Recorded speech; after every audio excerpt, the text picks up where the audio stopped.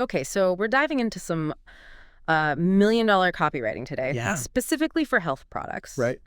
You sent over a ton of resources on this. YouTube ads, sales letters, the works. It's a fascinating area, and so much of it comes down to psychology, even when it seems a little, shall we say, out there. That's what I wanted to ask you about, the hook. You always say how crucial those first few seconds are. Absolutely. But some of these examples, the strange pink tonic, the 10-second blood sugar trick, feels like clickbait territory. Well, they're definitely playing on that curiosity gap, and our brains are hardwired for it. How so? It's called a pattern interrupt. Something unexpected jolts us out of that scrolling haze and makes us pay attention. It's like an ad that starts with someone screaming, Makes you look up. So these kind of outlandish claims are like the marketing version of that gotta stand out. Exactly. Bland doesn't work in a crowded marketplace. These hooks, strange as they might sound, tap into our desire for a quick fix.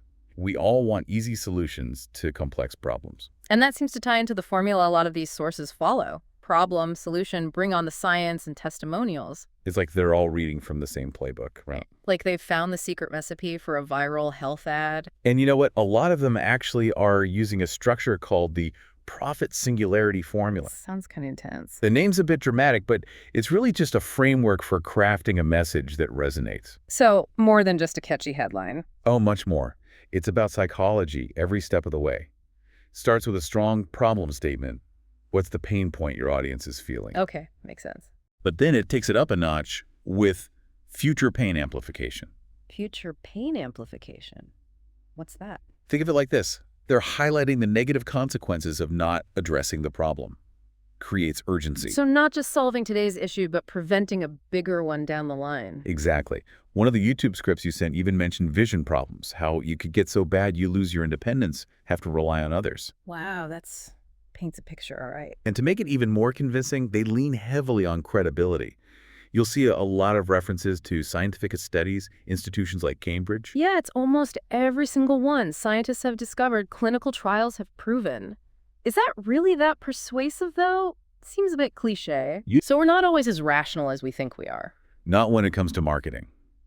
And there was actually this study at Cambridge that found that using sciencey language, even if people don't fully get it, makes them more likely to trust you, more likely to buy. Huh. So it's not just about tugging at the heartstrings, it's about appealing to our inner logic nerd, too.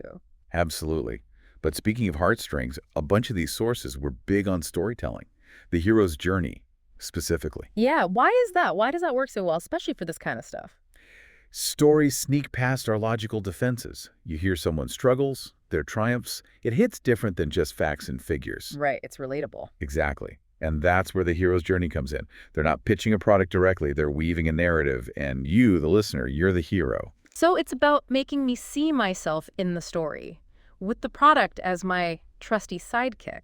Exactly. Vulnerability is huge here, too.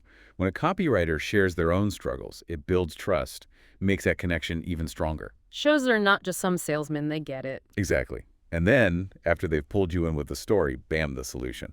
And this is where they dimensionalize the benefits, Yeah. right? That's a mouthful. It's really just about painting a picture. Instead of this supplement boosts energy, it's imagine waking up refreshed, tackling your to-do list, having energy for your kids after work.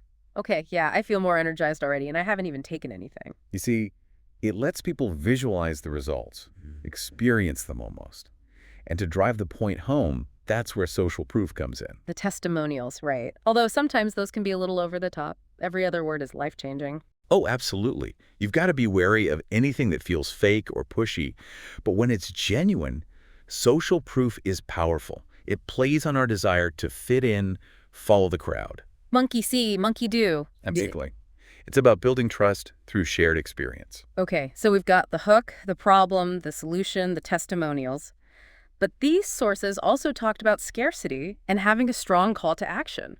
It's all connected. Without urgency, people procrastinate. It's human nature. Limited time offers, limited quantities. It creates FOMO, fear of missing out. Like those concert tickets that are about to sell out. Gotta have them. Precisely. And the call to action, that's the final nudge. Click here, download now, enroll today. Clear, concise, compelling. So there's a real art to this, isn't there?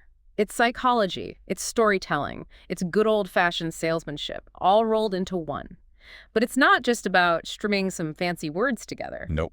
And that's where those templates come in. Remember those? Yeah, they went pretty deep on those, like having a cheat sheet for persuasion, kind of. Exactly. Super helpful, especially if you're new to this. Gives you a framework, a place to start. Okay, so about those templates, what are the key ingredients and how do you tweak them for different things, like a sales letter versus a YouTube ad? Most of them follow a similar structure, even if they use different words. Starts with the hook, got to grab attention right away. But the type of hook, that depends on where it is. On YouTube, you might need something more visual in your face. A sales letter, maybe a question that makes them think. Right. Got to match the vibe. Exactly. After the hook, most templates will really dig into the problem, those pain points, even amplify them a bit, like we talked about. Make it hit home. Right. One template called it the emotional discovery story, or the hero's journey. That's where sharing your own experience comes in, building that connection. Yeah, nothing like a bit of shared struggle to build rapport. Exactly. And this is where those specific details matter. Not just, I was tired, but I was so exhausted, I couldn't even read my kids a bedtime story. It makes it real. Relatable. Everyone's been there. Exactly. And once they're hooked and they trust you, most templates move into the solution what you're offering. And that's where we break out the dimensionalized benefits, right? So instead of just, our tea helps you relax. You'd say, imagine, at the end of the day, you've got a warm cup of our chamomile lavender tea, the aroma fills the air, melts your stress away, and you finally unwind. Okay, now I actually do need a cup of tea. See? Yeah. It works. But you wouldn't stop there. Got to back it up with proof. The social proof we talked about. Exactly. And not just generic praise. Something specific, relatable. Instead of, this product changed my life, it's, as a busy mom of 3, I never thought I'd have the energy to cook healthy again. But this program, I feel more energized than ever. Because we all secretly think we're that busy parent, desperate for a solution, right? Exactly. Okay, one more thing I noticed about these templates, the bonuses. Some of them are like bonus on top of bonus. Is there a strategy to that? Oh, absolutely. Bonuses increase the perceived value. It's like the cherry on top. Makes it harder to say no. Makes you feel like you're getting a steal. Exactly. But they have to be strategic. If you're selling a weight loss program, a recipe book with healthy meals makes sense. A meditation guide, not so much. Got to keep it relevant. Show you understand their needs. Precisely. And then, once you've got their attention, built that trust, showcased the value, it's time for the final push, that strong call to action, and a little scarcity to really get them moving. You got it. Nothing motivates like a deadline, right? Exactly. But you don't want to go overboard, make it feel like a trap. Right. It should never feel manipulative. If what you're offering is genuinely good, a little scarcity just gives them that extra push. Honesty goes a long way, especially when you're trying to build trust. And speaking of which, these templates are great, but we can't just copy and paste our way to riches, can we? Definitely not. They're a starting point. The real magic happens when you make it your own. It's like you can follow a recipe, but those little personal touches, that's what makes it sing. Now, we've talked about big picture stuff, but what about the actual writing?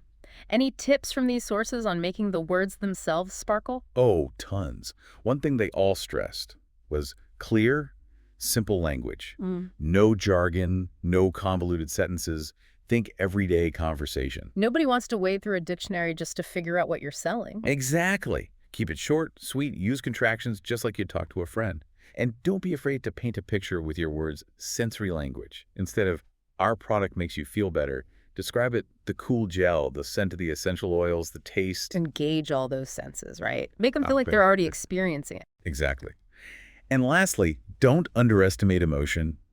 People remember how you made them feel. Just use it wisely. Right. Got to tug at those heartstrings without resorting to, like, fear tactics or whatever. Exactly.